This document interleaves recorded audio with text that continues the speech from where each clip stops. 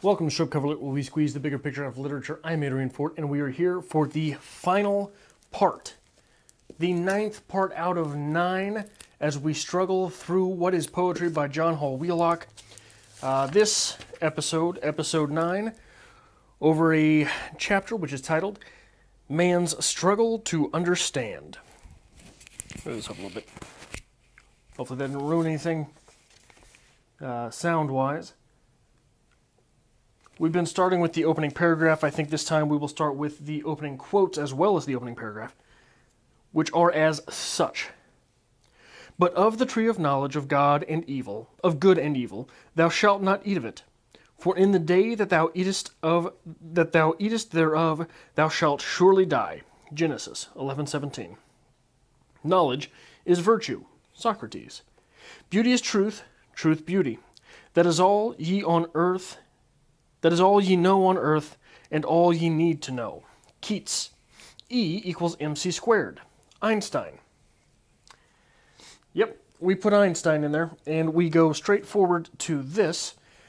Time and space, the basic component in our experience of what Einstein has called the space-time continuum, become, like everything else with which experience has continually to deal, so much a part of the active experience itself as to be taken for granted.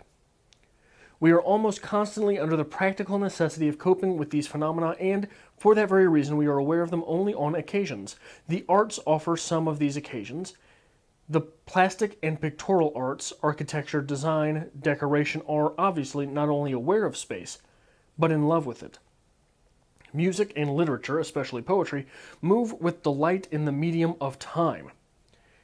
If pattern in the visual arts serves to repeal spatial interrelationships, rhythm functions in music and literature create patterns in duration.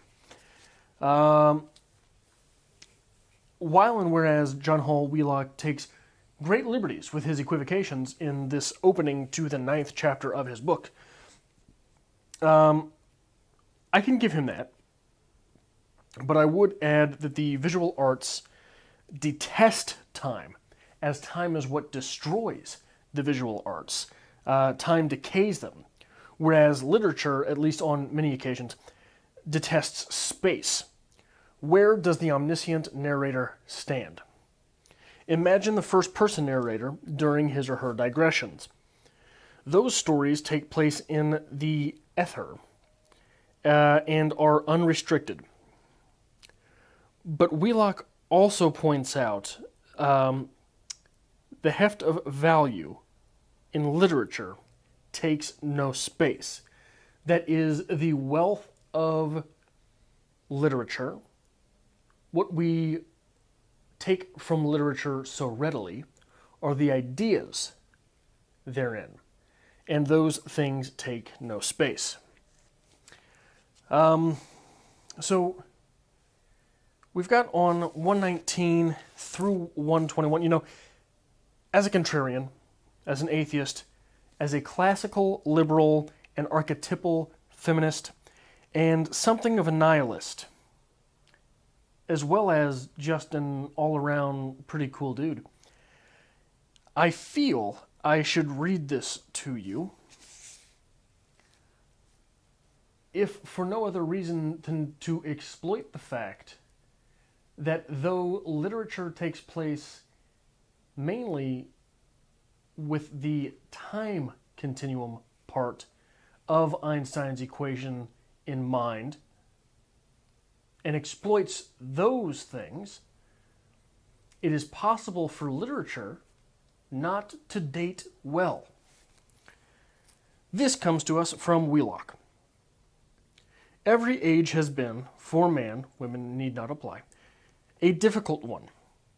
But to some future historian looking back from the vantage point of a happier era, it will perhaps be clear that the age in which we are now living was, for Western man, the most difficult age of all. The 60s? The happy and growing faith of the 18th century Enlightenment, with its belief in natural goodness, in human progress, and the perfectibility of life here on earth, was badly shaken by the events of the French Revolution and its long aftermath in the Napoleonic Wars. The 19th century's comparative peace and order, as well as the evolutionary theories of Darwin, which it nourished, served to revive the old confidence and hope, but in greatly diminished form. And after the global catastrophes that racked the better part of the first half of our own century, the faith born of the Enlightenment, while still smoldering in the popular mind, had largely burned itself out among the intellectuals and the intelligentsia. Faith in man, in progress, in the perfectibility of life here on earth, gave place in many of the leading poets and writers to disillusionment and despair. Quote, "Man is but a wretched creature," end quote, said T.E. Hulme. The English philosopher, and Mr. Eliot wrote that quote, "If you remove from the word human all that the belief in the supernatural has given to man, you can view him finally as no more than an extremely clever, adaptable, and mischievous little animal," end quote. A later form of the reaction to the prevailing disillusionment is exemplified by existentialism, a philosophy that, abandoning all illusions about this world or hopes for a world to come, and regarding life here and now as a necessary evil, holds it desirable, nevertheless, to live a life morally and even with a certain nobility, since life is the human condition. This, of course, is the old Stoic or tragic view rehabilitated. And these two attitudes are reflected in much of the poetry and the writing of our time. But Western man's confidence, his faith in himself, and belief in his world was to suffer, in our century, a further setback, more crippling even than that which had been inflicted upon it in 2 world wars. By some tragic irony, man's supreme discovery that matter and energy are mutually transformable physical states, an achievement that placed him at the threshold of a new age of almost imaginable possibilities for the enchantment of life, brought with it, as its immediate consequence, the threat of nuclear warfare and universal death.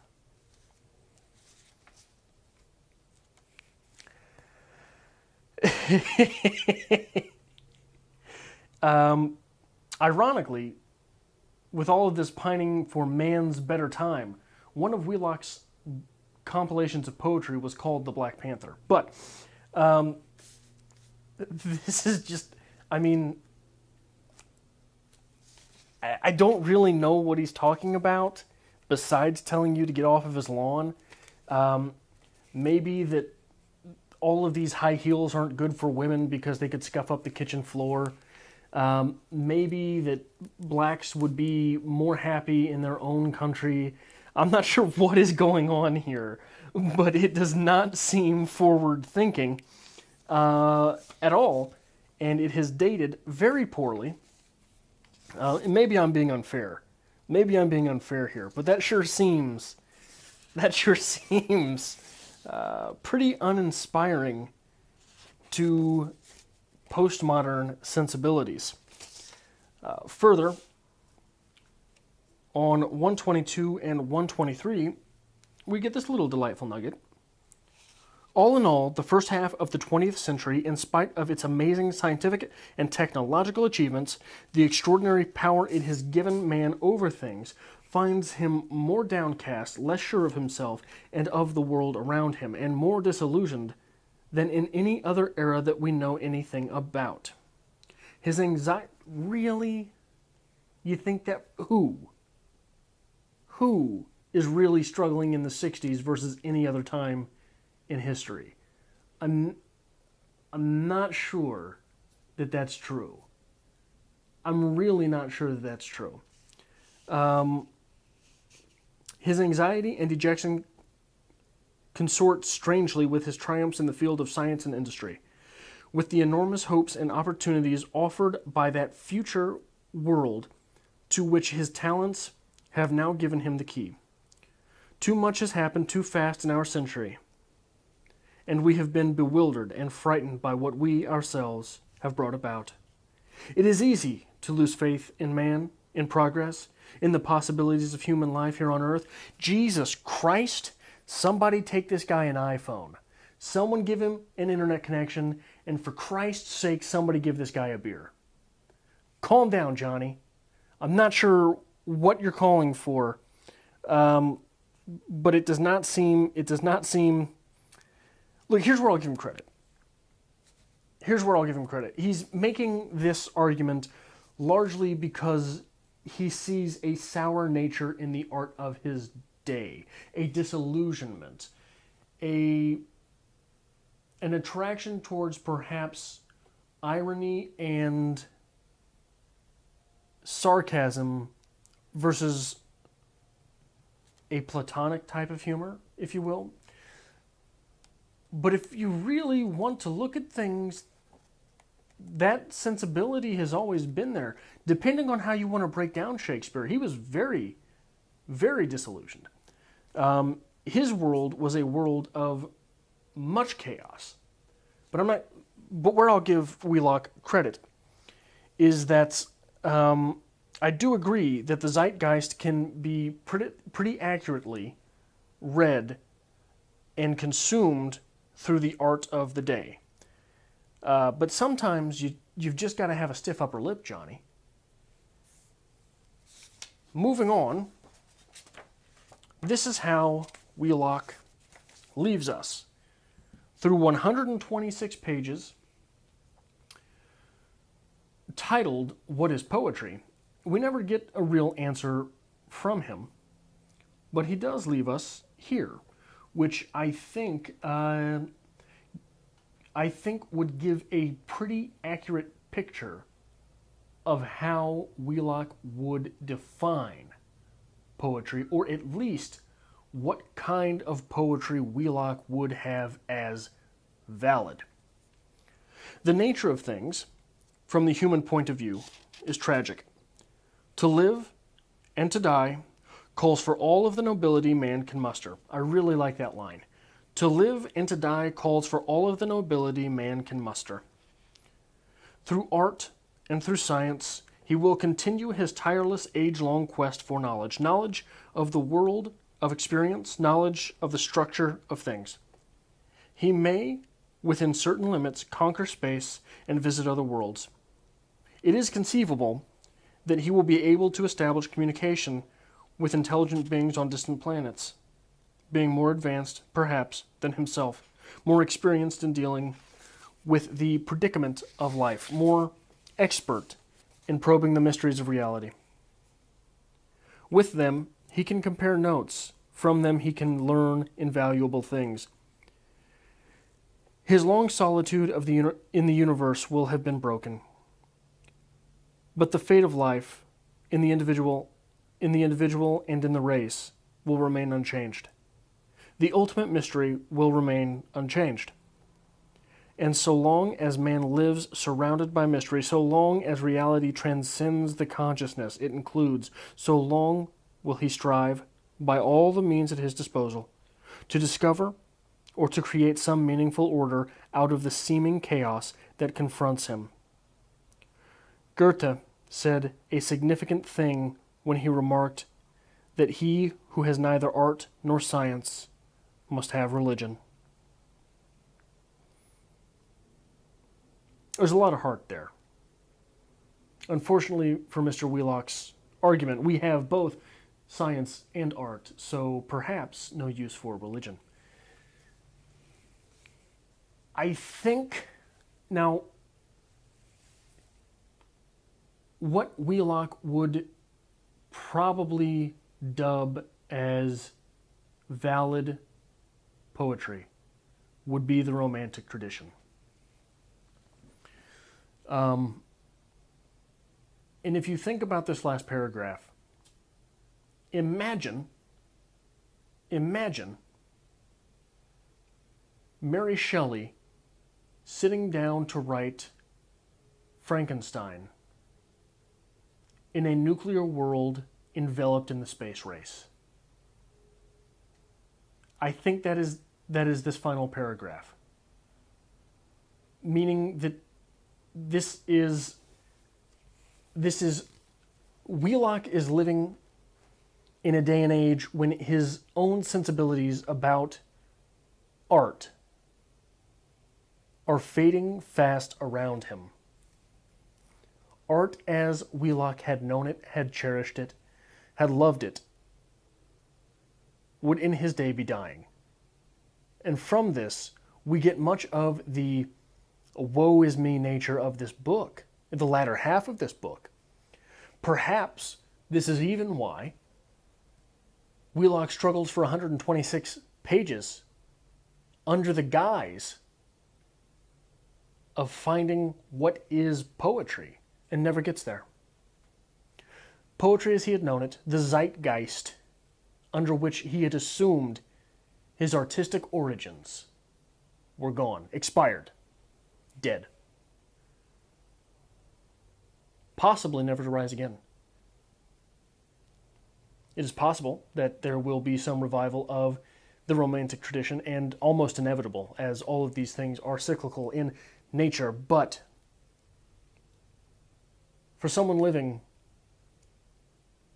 on the precipice of the space race, this book being published in '63, and 17 years after the first atomic bomb was dropped, to sit down and wonder about man's place, not in nature, but with nature, as is perhaps the Romantic tradition, would have been a daunting task. And so, I am not sure that I can fault Wheelock for struggling through 126 pages of writing and far too often digression, and never coming to a sensible answer, never making a wholehearted claim, just alluding to what poetry may be. I still like a goddamn answer.